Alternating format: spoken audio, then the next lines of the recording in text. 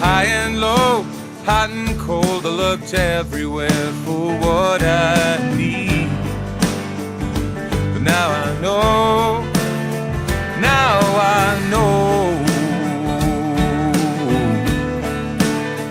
I'm going back to loving me.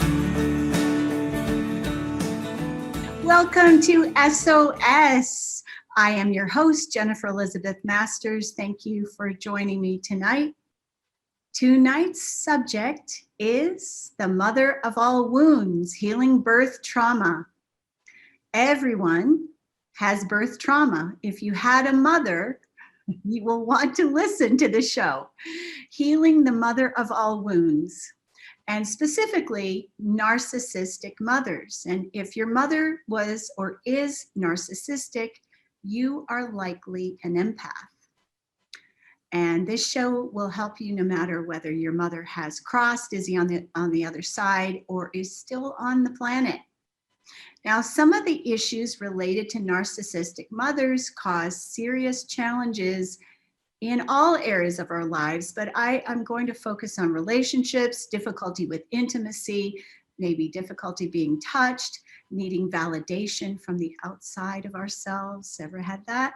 Not feeling good enough, low self-esteem, people-pleasing, perfectionism, depression, being overly emotional, and even health issues such as fibromyalgia, Epstein-Barr, autoimmune disorders, anxiety, even cancer. And I will talk about some other things too. So you might have had to be a bitch to be heard. That was me. I used to be one. I am now a reformed bitch. I am no longer a bitch.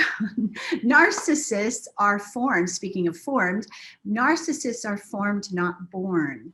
Narcissists have their own personal trauma that cause them to create a larger than life persona that is all about them.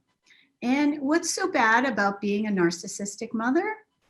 Well, sadly, these women could not bond with their children, and they may try with all their might to love their family to the best of their ability, but in the end, it's all about them. They need to be in the limelight, the center of attention. They want to be adored and worshiped. Yes, narcissists tend to drain all the oxygen out of the room they occupy. And if you aren't serving them in some way, you're useless, and they will very quickly let you know how useless you are. For those that have experienced partners or husbands or wives that are narcissists, you may have had a narcissistic parent too. Now this show is one, it's the first in a series of narcissists dealing with a narcissistic mother, narcissist relationships, and so on. So we keep attracting narcissists until we heal from the core of the issue, which is the time of our birth. And you know, it may be challenging for some to believe that we picked our mother when she was so difficult, but she was our first draft pick, you know, like with football. And she is the most important person in our lives, the one that teaches us all about love. And when you begin to put the puzzle pieces together, you'll soon discover that the reason you have attracted scam artists or narcissistic partners is due to this first touch with love. And we end up looking for love in all the wrong places. We feel that those that are like our mothers are like, coming home. And I'd like to do a little exercise, and this one it's from Barbara DeAngelis. She has done this one in several different books. So what I'd like you to do is grab a piece of paper and a pen. I'll wait. And if you want, get a glass of wine or champagne. And because before the end of the show, you're going to be celebrating that the source of pain and the cure is in reach. I will be taking phone calls live on the show. If you are able to call in, you have a question or a comment, I would love to welcome you here. The phone numbers are, and I'll have to double check with my producer because I often get these numbers wrong. I'm not good with numbers. 888-627-6008 or 323-744-4831. And I will repeat those numbers so that you'll have them: 888-627-6008. And I'm not hearing any buzzers or sounds in my ears, so I'm guessing that Don is telling me I'm doing it right tonight. The other number is 323-744-4831. Now, the bottom line is everyone deserves happiness, love, abundance, and joy. And you've come to the right place. I'm here to help you thrive. I've been on this healing journey for over 35 years. And so I'm here to help you with all of those. What you might experience in your life if you've had a narcissistic mother, well, you may have had fibromyalgia. And that is something that causes pain, and doctors don't know what causes it. I'll tell you right now, it is the deep wounding from not being loved. And we take it on personally in every cell of our being. Epstein-Barr is another one. Or other autoimmune diseases, depression, anxiety, guilt, grief, shame, resentment, blame, shock, humiliation, feeling abandonment, not protected, feeling like a victim, victimization, not being able to forgive, and you may suffer from other abuses from other partners, low self-esteem, not feeling good enough, sinus infections, not being able to speak up for yourself, pneumonia, that is from old wounds that won't heal, rheumatoid arthritis, diabetes. Okay, rheumatoid arthritis. That is from deep criticism of authority, and we'll talk about criticism in a moment. Feeling put upon, you might have had diabetes, longing for what might have been, a great need to control, deep sorrow, and no sweetness in life. And I have experienced all of these things actually at some point. So you can see there are plenty of things that our mother gifts us with when we look at our dark underbelly and heal past trauma. Trauma is the gift that keeps on giving long after it's happened. It is not the event that causes the suffering or subsequent pain or low self-esteem. It is our reaction to the events that makes all the difference. So we are the one, yes, we had the trauma, but it is the reaction to the trauma that causes this perpetuation of suffering.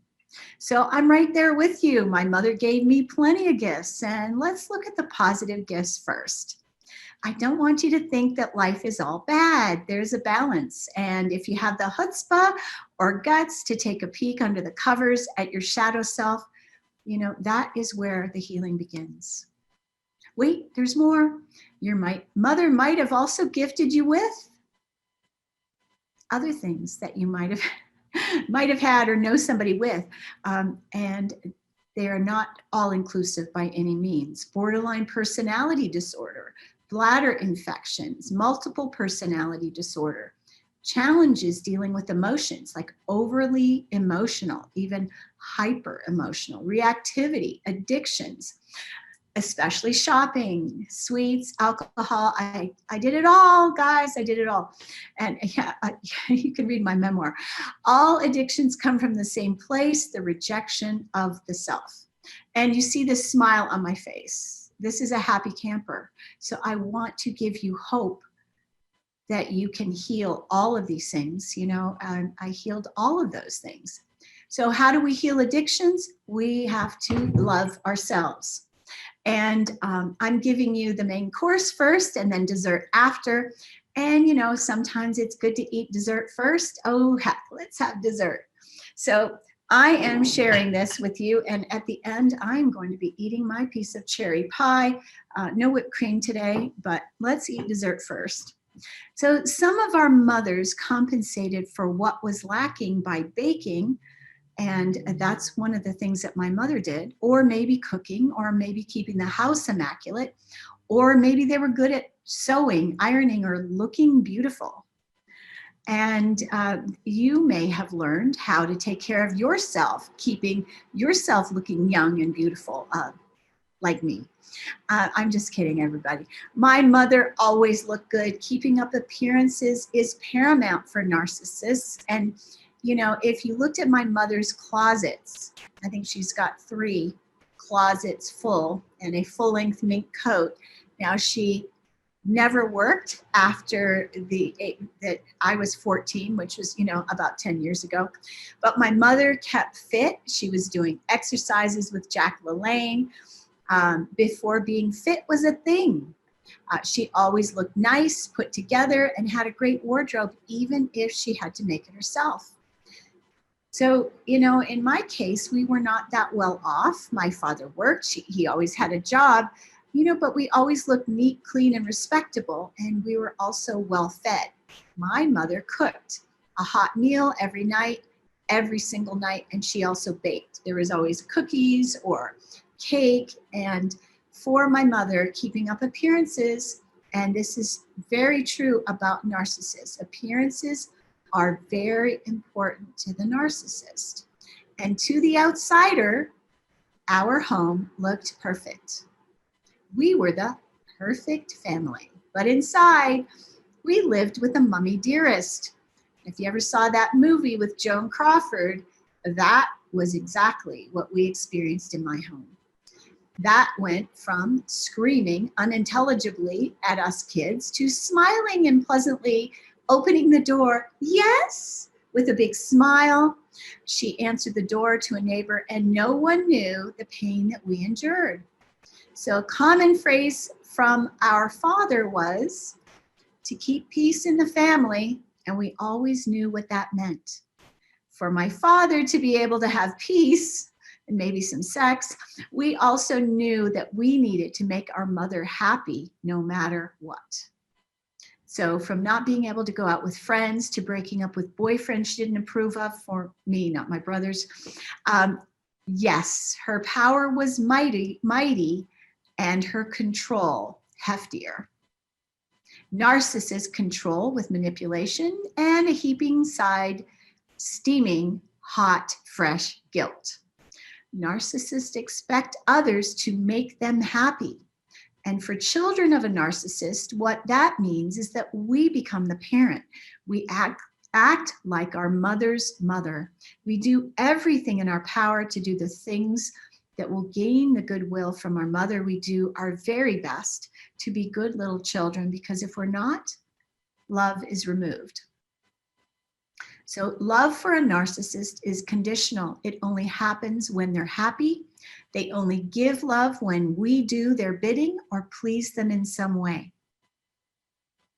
So what does a narcissist thrive on?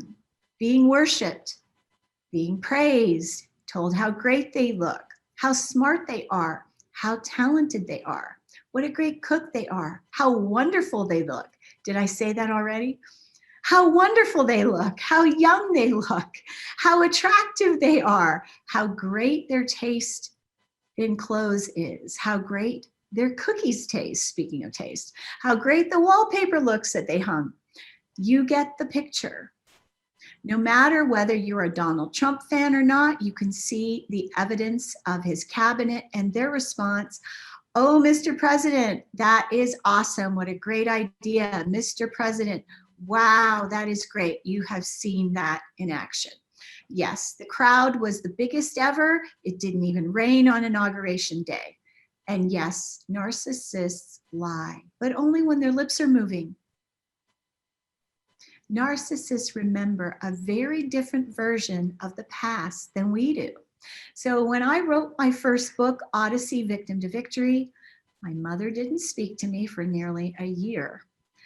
She threatened to sue me, and I included a photo of both her and my dad, which made her extremely angry. I responded to her threat that she couldn't sue me for telling the truth. Her exasperated reply was that my book wasn't true, and that wasn't how she remembered my childhood. Of course she didn't. She was living in a fantasy.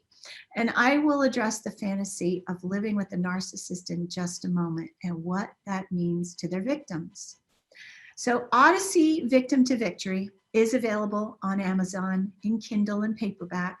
This book was my coming out party. And for 20 years, I was asked to write this book, write the book, write the book, write the book. And I didn't want to write it. I asked my guides, can I wait until my mother dies? And I was told, no. I had to write Odyssey, Victim to Victory, before she died. There was a reason for it. And I'll explain that in a second. I had to write this book as an honest account of my life so that I could face my mother and her lies head on. It was written in 2011, and it took me another 8 years to dig even deeper to the core wounding to heal it completely. And what was my mother's, let's see, what was her review of my book? She hated it. Hated it. She said I was whining.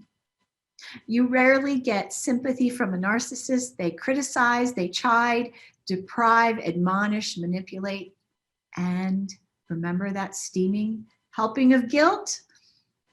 They're very adept at making you feel guilty. And what I'll tell you about guilt is when we are programmed early with guilt, it is something that we have to fight very hard to overcome. Now, I don't feel guilty about much anymore.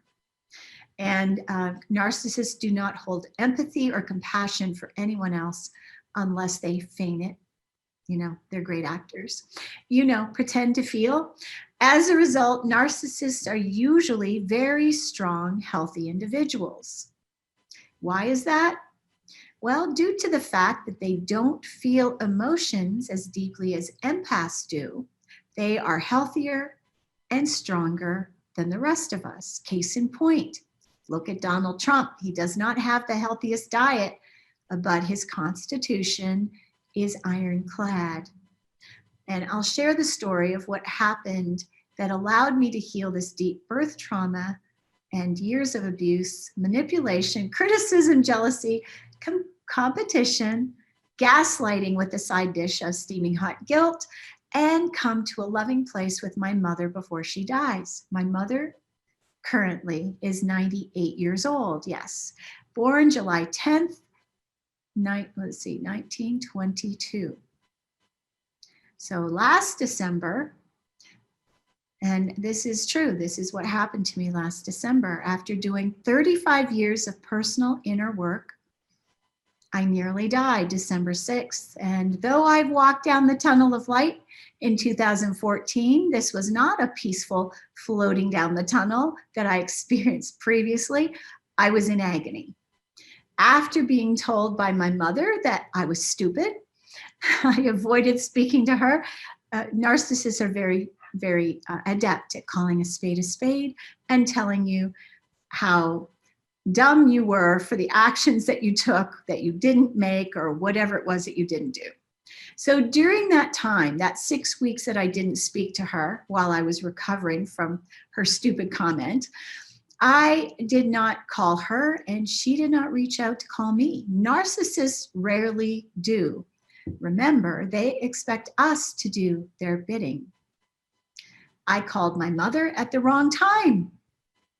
You know, after years of raising children, she now has a story that she watches, and it happens from 4:30 to 5:30 Eastern, and I called her during that time. Now she's entitled, but she was rude and disrespectful. I was triggered after forgiving her yet again. I was not able to speak my truth and stand up to her. This is something that narcissists are very adept at doing. They have a way of silencing their victims. So I wasn't able to tell Miss Manners. She's so focused on others' rudeness, it was perfectly fine for her to be rude to me. I was pissed. I began watching a movie after I hung up, and she returned my call, twice as a matter of fact. Without answering the phone, I said to no one, "Fuck you, Mom." Not ladylike. I'm not proud of it, but it's true. I was pissed. "I'm busy now," I said to no one. And she called back again, left me a lovely message that I didn't listen to until weeks later. And again, I said, "You were too busy to talk to me, and now I'm too busy to talk to you." And I should have punched a pillow. I should have done some cathartic screaming. I should have vented. I should have cleared myself. I could have, but I didn't. I was too angry to do so. And the result of all this unvented anger, what did I do? I stuffed it. I sucked it up. I forgave her yet again. My mother's harsh criticism was nothing new. Even when she read Orgasm for Life, it was the best thing I have ever written, she said. And then, why did I have to focus so much on sex? Get over it, Jennifer, she would tell me. And yet I would often hear her story of woe. Being an orphan, I never told her to get over it, nor would I.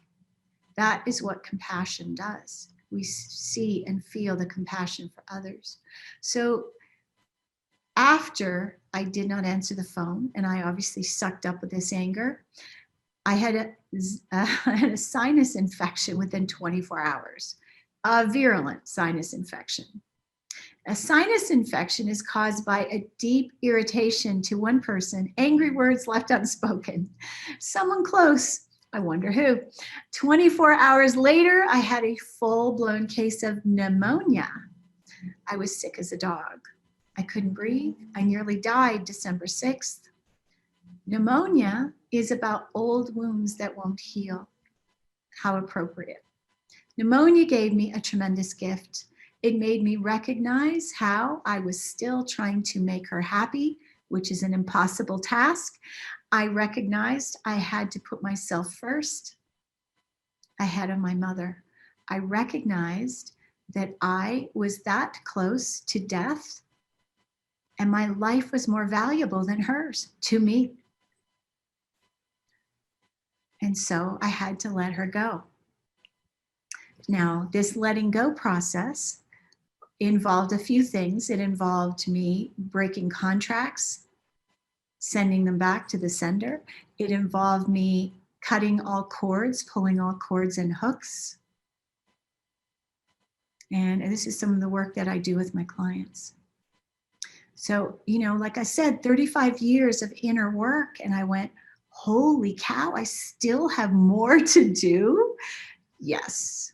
I'd already healed fibromyalgia. I'd already healed Epstein-Barr, depression, anxiety, codependency, being triggered by others. There was still more to do. I hear this often from my clients, but I've done that already. You may have, but if you're not living in sovereignty without being triggered by your mom, you have more work to do. So during this 3-week recovery period, I was teaching a course.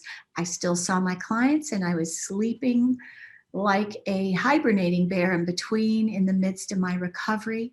I cut all cords, I severed all contracts, and I had to stop worrying about what she wanted, what she thought.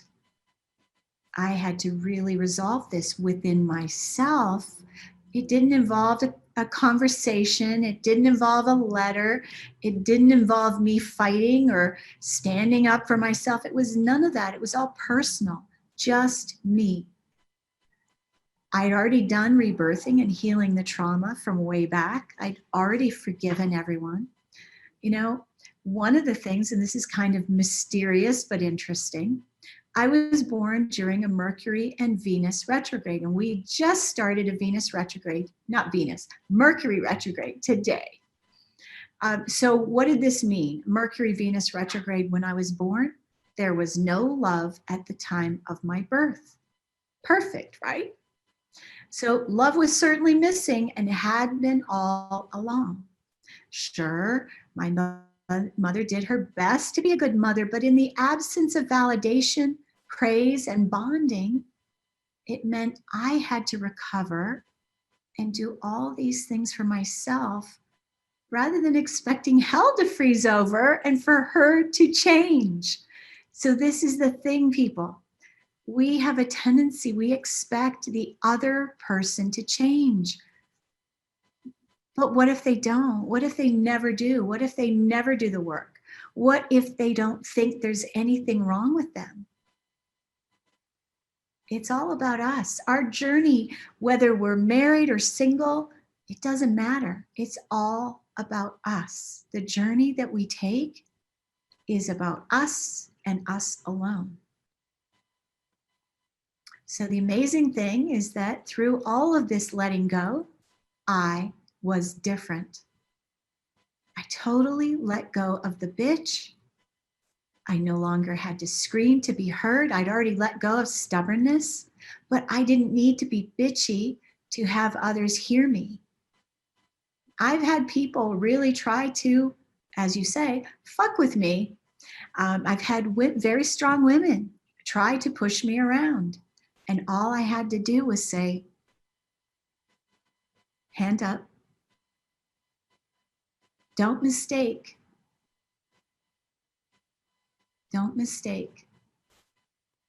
the way I am for weakness. Don't mistake my compassion, my loving spirit for weakness, because that would be folly. Don't fuck with me. I am unfuckwithable. Man, woman, child, beast, cat, I don't care. It's good to be unfuckwithable. It's good. So I no longer had to scream to be heard. I didn't need to be bitchy to have others hear me.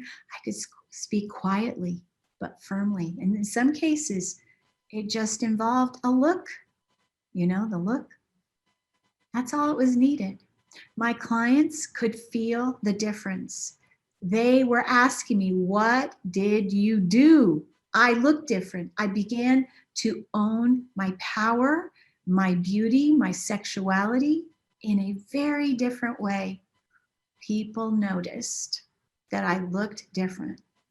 And when I worked with clients, they found the work much more powerful, deeper, more profound. My guidance and visions came through more strongly with each client. I stopped expecting anything from anyone. I no longer needed validation from outside of me. I was completely whole and sovereign. So December 2019 marked the death of the old me and the rebirth of the new me, I'm happy to say. So coming that close to death was very profound. And I suppose that it needed to happen for me because it was either that or hell was going to freeze over, and I didn't think that was going to happen. So I'm doing this rebirthing for many that want to heal their mother of all wounds. So what's interesting and remarkable is that above all, my relationship with my mother shifted. So instead of being adversarial like it always was, it was on an even keel, balanced. I find my mother, she seems softer, sweeter, wiser. She feels more loving. And this past July, my mother turned 98. I was supposed to visit her in March, and of course it got canceled when Canada closed its borders, and the borders are still shut down. I was going to drive up there this past week, and the borders are still closed. So my mother is in the process of giving away her things, getting ready to transition. Perfect timing. I have to say I am hugely grateful for this extra time to heal myself before she leaves the planet. And my discovery is that narcissism is a challenge, there's no doubt. But having a mother that is narcissistic kicks our deep inner shadow work into high gear.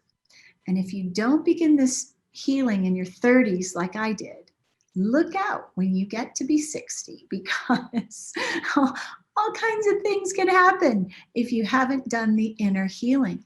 Health issues of all kinds like breast cancer, diabetes, arthritis, heart issues can result. Now think about it. Our heart is the center of love and security. So when you think about it, if you're not feeling loved by your mom, you feel unworthy, undeserving, invalidated, abandoned, rejected, lost, insecure, and the list goes on. The core wounding must be healed for us to be completely sovereign. We'll show up for our clients, family members, whole, strong, unstoppable instead of broken, lost, and unworthy. We're able to charge more for our services because we can only heal others to the level that we ourselves are healed. So when you can speak about being a healed healer, look out world.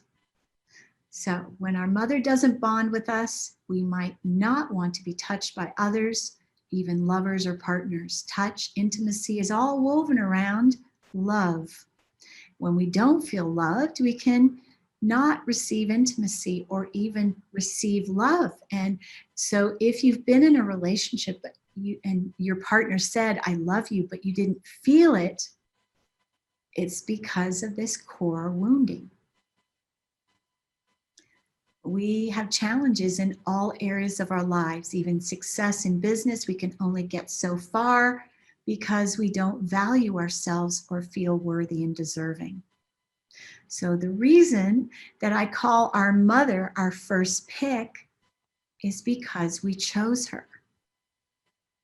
Yes, we did. We're taught that we don't choose our family, but we actually do, especially our mothers. Now, we don't always choose our fathers. Sometimes we have to get the father that goes along with the mom, but sometimes we get to pick both parents. But we pick our mother because before we incarnate, and yes, I have been shown all of these things. So if you're asking, how does she know? Because I've traveled, I've been to these places. So before we pick our mother, we stand there on I call it the diving board, the high diving board of life with our master guide. And we tell him, I want to learn all about love in this next life. Our guide is old and wise. He stands there in his long linen robe with the hood over his head, staff in hand, looking like Gandalf, yes. And he reminds us it will be difficult.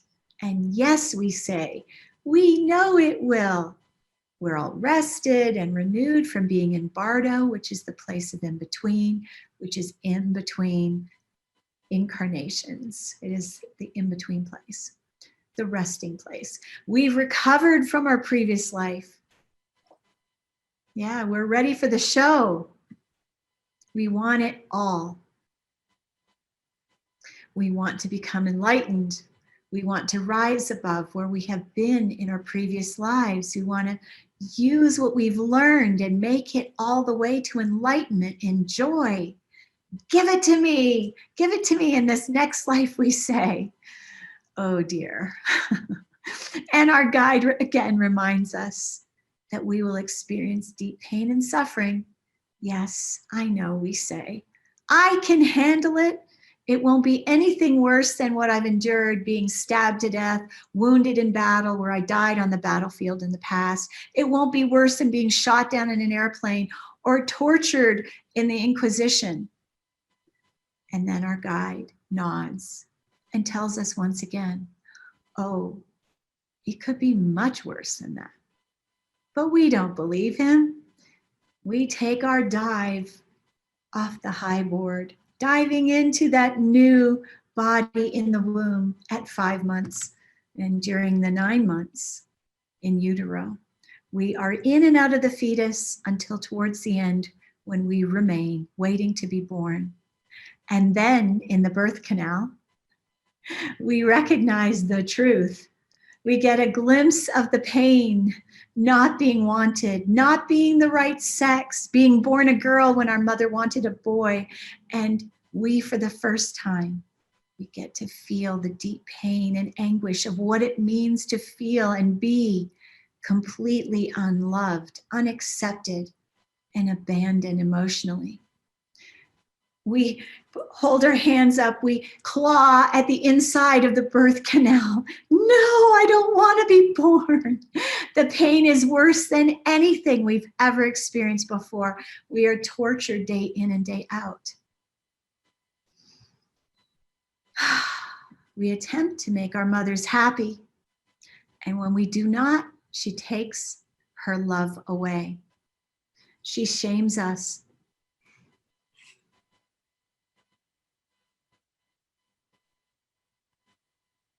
She makes us the source of her pain.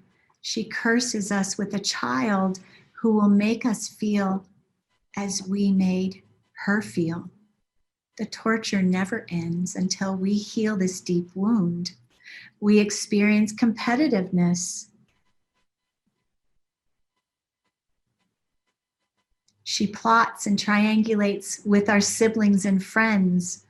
Our mother doesn't go to bat for us when we complain. Mom, the kids down the road, the kids at school, they bullied me. And our mom blames us instead for what happens to us. You must have asked for it. Instead of getting sympathy, we receive blame. We're put in harm's way repeatedly and blamed for telling our secrets to the world. We don't know which way to turn, as we must be loved by our mother. Others are meant to love us, aren't they? We live in a fantasy, making up stories about our perfect family. We might disassociate to cope, or perhaps create subpersonalities. Between the manipulation and the guilt, we feel shattered, broken, lost. We don't even know who we are. We may be codependent in the extreme, bonding, attempting to clutch on to whoever will let us in. Friendships and relationships become our sanctuary. We try to fix everyone we come in touch with. We must have someone near us for fear of being alone with ourselves. We are so filled with self-hatred, continuing to torture ourselves with perfectionism and people-pleasing, learned at the hand of our mothers. Healing ourselves becomes our mission. We might want to fix everyone we meet or have relationships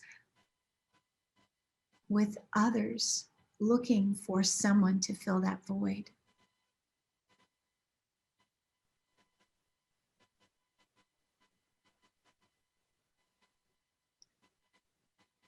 Yet finding joy with ourselves is the greatest gift that we can experience.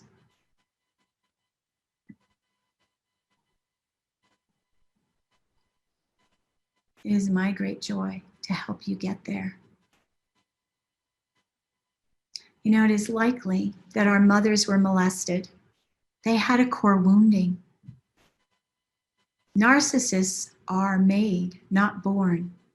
In my mother's case, she was an orphan at 5, molested by a brother-in-law who used to reach across and molest all her sisters that were sleeping in one bed. All her 5 sisters were narcissists. People become narcissists because they didn't receive the love and attention they needed.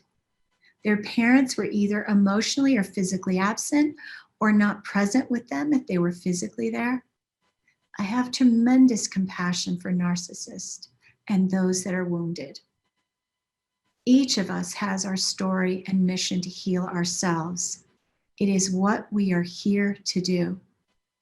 Whether it is breast cancer, arthritis, fibromyalgia, abandonment, rejection, insecurity, feeling lost, all these things can be healed.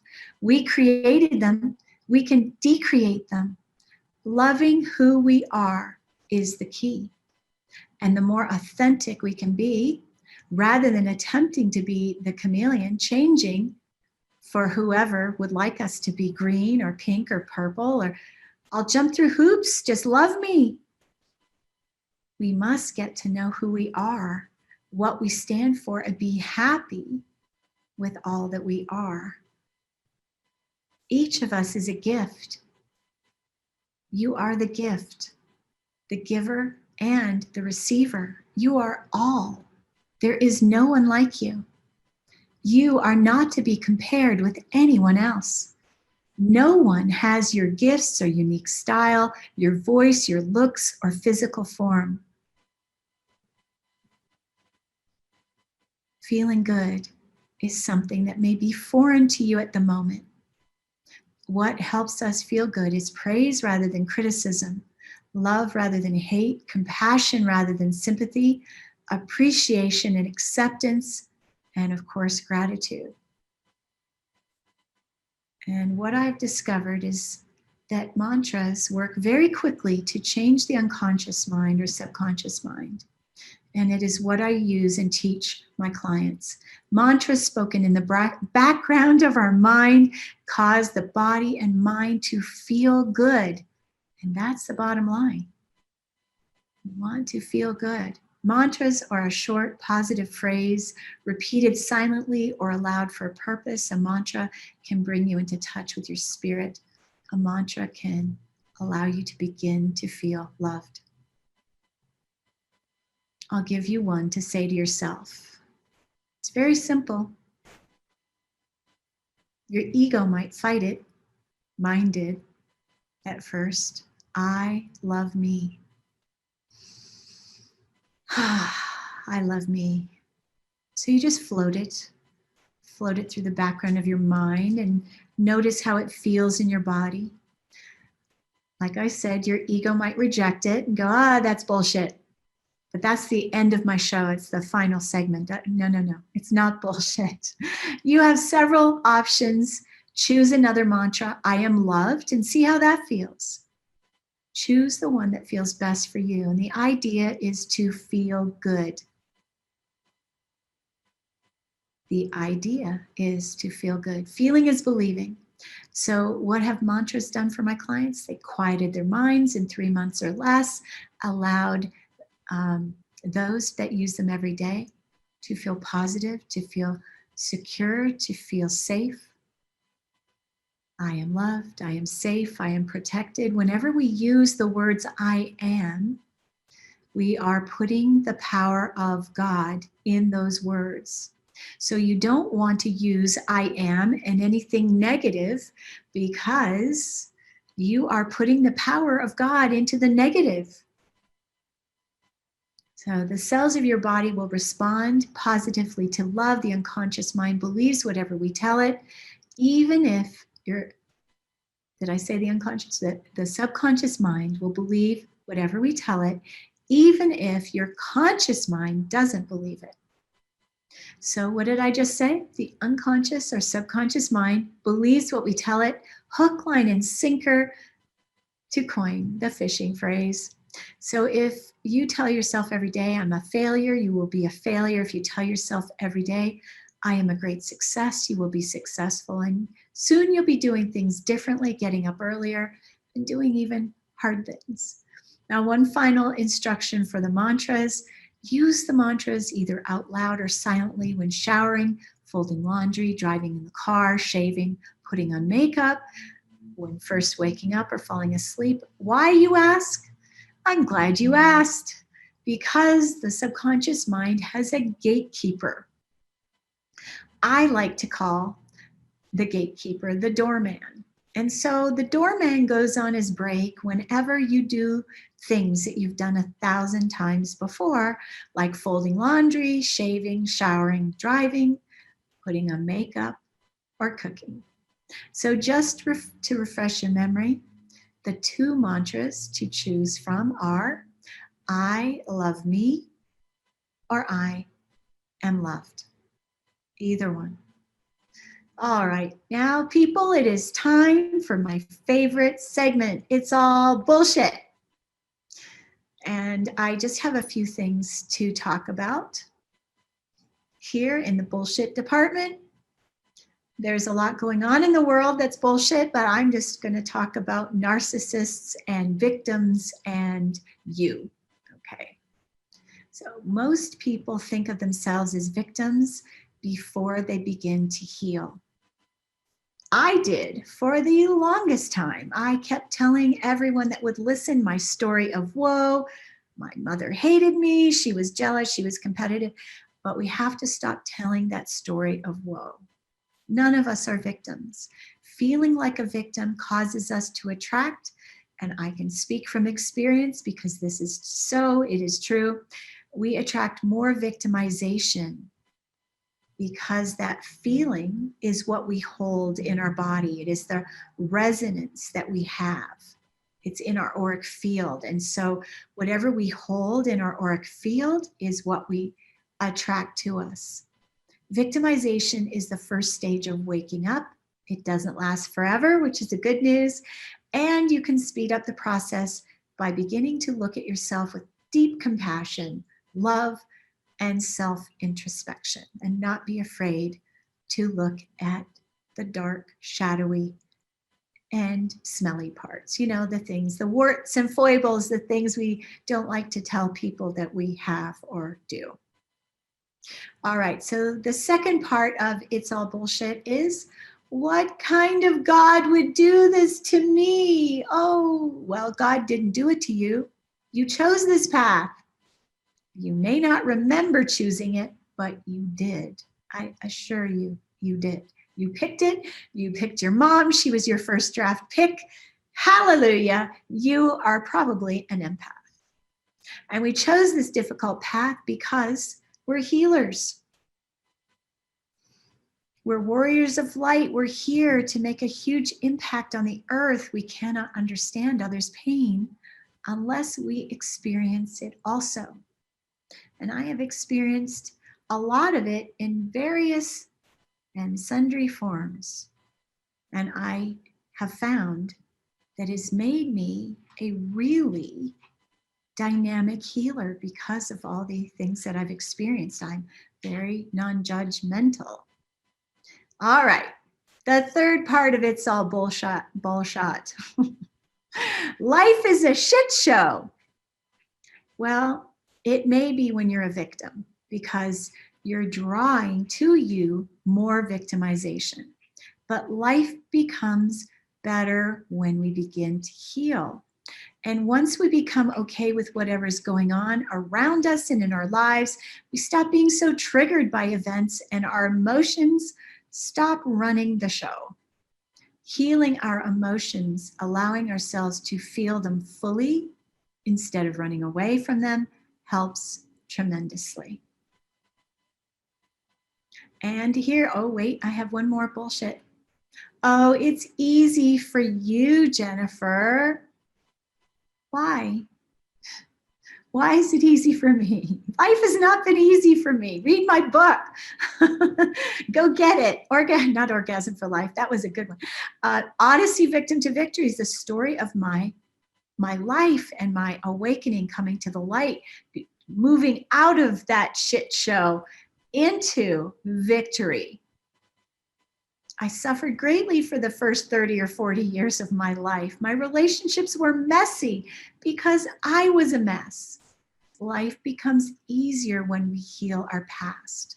And it can be done when we commit to ourselves and hire someone who knows the ropes, can speed the process. It took me 35 years and probably about 200,000 to get to the place that I have today. And I have to say, there's no way, like my theme song says, there's no way I would change a thing. I wouldn't change a thing. It has made me who I am. We become a sum of our parts. We become stronger, richer for the experiences, and mine were deep and vast. And today, people tell me that I'm one of the most fascinating people they've ever met because of the experiences I've had. And I'll take that, and I'm back to loving me.